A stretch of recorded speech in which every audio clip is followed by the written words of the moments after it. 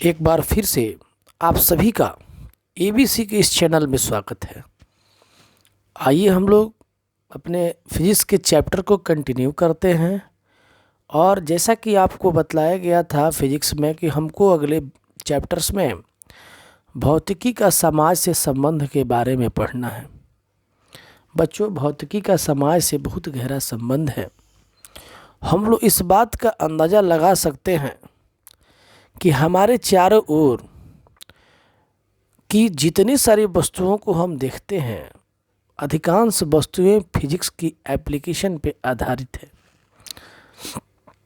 जैसा कि आप देखते हैं, संचार के जितने साधन हैं, रेडियो, टीवी, फ्रिज, एसी, हमारे समाज में जितने वाहन हैं, गाड़ी, मोटर कार से लेकर रेलगाड़ी से लेकर हवाई जहाज़ तक, ये सभी अप्लायंस, ये सभी बॉडीज़, ये सभी यंत्र फिजिक्स के नियमों पर आधारित हैं।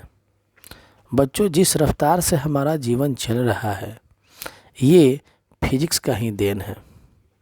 हम जितने तकनीकों का इस्तेमाल कर रहे हैं, जितने मॉडर्न बने हुए हैं, तो आज के इस ज़माने में मॉडर्न हमको फिजिक्स बनाया हुआ है। एरोप्लेन को आप देखते ही हैं कि एरोप्लेन हमारे जीवन को कितना रफ्तार बना दिया है, कितना तेज़ बना दिया है। दिल्ली से अमेरिका, अमेरिका से फिर इंडिया। तो दिल्ली से अमेरिका जाना आज के समय में कोई बहुत बड़ी बात नहीं है। लेकिन बच्चों, ये फिजिक्स ही ऐसा पॉसिबल किया हुआ है। फिजिक्स नहीं रहता तो फिजिक्स के बिना ये सब चीज़ें पॉसिबल नहीं होती। तो मैं जहाँ तक बता दूं कि फिजिक्स का हमारे सोसाइटी से बहुत गहरा रिलेशन है। The deep relations between our society and physics. हमारे समाज से फिजिक्स का बहुत गहरा संबंध है। और हमारे समाज में फिजिक्स ने बहुत सारे नियमों को दिया है। जैसे कुछ वैज्ञानिकों के नाम हैं जो यहाँ मैं लिख के आपके सामने रखा हूँ। आर्किमिडीज के बारे में आप जानते होंगे। आर्किमिडीज लॉ ऑफ बायोएंसी का नियम दिया था। लॉ ऑफ बायोएंसी एक ऐसा लॉ है जिसके द्वारा कोई भी वस्तुएं पानी पर तैरती हैं या डूबती हैं। कोई बॉडी अगर जो है वाटर के ऊपरी सरफेस पे अगर जो है तैर रही है या डूब जाएगी, ये हमारा लॉ ऑफ बायोएंसी बतलाता है, उत्प्लावन का सिद्धांत बतलाता है। बच्चों, गैलीलियो के बारे में जानते होंगे। गैलीलियो भी फिजिक्स का एक बहुत बड़ा साइंटिस्ट था। गैलीलियो ने जड़त्व का नियम दिया था, लॉ ऑफ इनर्शिया दिया था। इसी लॉ ऑफ इनर्शिया को आगे चल के बतलाया जाएगा कैसे फर्स्ट लॉ ऑफ मोशन होता है, कैसे सेकेंड लॉ ऑफ मोशन होता है। उस तरह माइकल फैराडे था। माइकल फैराडे इलेक्ट्रोमैग्नेटिक इंडक्शन दिया था, विद्युत चुंबकीय प्रेरण और लॉ ऑफ इलेक्ट्रोमैग्नेटिक इंडक्शन। इसी लॉ ऑफ इलेक्ट्रोमैग्नेटिक इंडक्शन के द्वारा आप कहीं ना कहीं जानते हैं कि इस लॉ ऑफ इलेक्ट्रोमैग्नेटिक इंडक्शन के द्वारा हम लोग पंखा चलाते हैं। जनरेटर का जो है आविष्कार जो हुआ वो इसी पर आधारित है, इसी पर बेस्ड है। जेम्स मैक्सवेल जो विद्युत चुंबकीय सिद्धांत यानी कि मैग्नेटिक थ्योरी के बारे में दिए थे।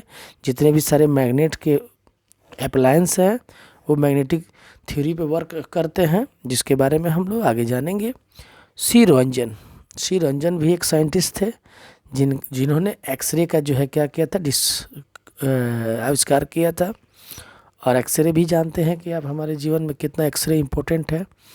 एक्सरे नहीं रहता तो टूटी फूटी जो है हड्डियों का पता नहीं लगाते हैं कि बॉडी के कौन सा पार्ट जो है टूटा हुआ है। एक्सरे के द्वारा बहुत सारे बड़े बड़े जो है यंत्रों में छिद्रों या दरारों का पता भी लगाया जाता है। तो आगे हम लोग एक्सरे के बारे में भी डीप स्टडी करेंगे। केवल मैं ये बतला देना चाहता हूँ कि हमारे समाज को फिजिक्स ने क्या क्या दिया है और फिजिक्स हमारे लिए क्यों इम्पोर्टेंट है। मैं केवल ये बतला रहा हूँ। कौन रूल क्या है, कैसे काम है करता, इसके बारे में हम लोग अगले क्लास में पढ़ेंगे, आगे पढ़ेंगे। जब भी आएगा चैप्टर्स तब पढ़ेंगे। लेकिन हम लोग देख रहे हैं कि आगे अब देखा जाए। बच्चों, फंडामेंटल फोर्स ऑफ नेचर्स, प्रकृति में कुछ मौलिक बल होते हैं, फंडामेंटल फोर्स में फंडामेंटल फोर्स होते हैं। और जितने भी फिजिक्स आने वाले भविष्य में हम लोग को जो जानना है वो इन्हीं फंडामेंटल फोर्स के इर्द गिर्द जो है घूमेगा हमारा फिजिक्स। तो बच्चों, there are 4 fundamental force in natures, प्रकृति में 4 मौलिक बल होते हैं। पहला है ग्रेविटेशनल फोर्स, गुरुत्वाकर्षण बल। दूसरा है इलेक्ट्रोमैग्नेटिक फोर्स, विद्युत चुंबकीय बल। तीसरा है स्ट्रॉन्ग न्यूक्लियर फोर्स, प्रबल नाभिकीय बल। चौथा है वीक न्यूक्लियर फोर्स, दुर्बल नाभिकीय बल। बच्चों, ग्रेविटेशनल फोर्स, गुरुत्वाकर्षण बल के बारे में आप सुने होंगे कि गुरुत्वाकर्षण बल, ग्रेविटेशनल फोर्स जो होता है वो पृथ्वी के द्वारा लगाया जाता है और पृथ्वी उस बल के द्वारा किसी भी वस्तु को अपनी ओर क्या करती है, खींचती है, अट्रैक्ट करती है।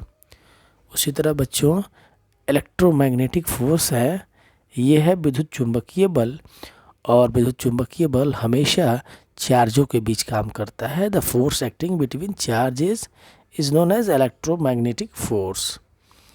बच्चों, तीसरा नियम है, तीसरा फोर्स है स्ट्रॉन्ग न्यूक्लियर फोर्स, प्रबल नाभिकीय बल। और चौथा है वीक न्यूक्लियर फोर्स, दुर्बल नाभिकीय बल। ये दोनों फोर्स बच्चों एटम्स के न्यूक्लियस में काम करते हैं। एटम्स के न्यूक्लियस में बहुत सारे पार्टिकल्स होते हैं।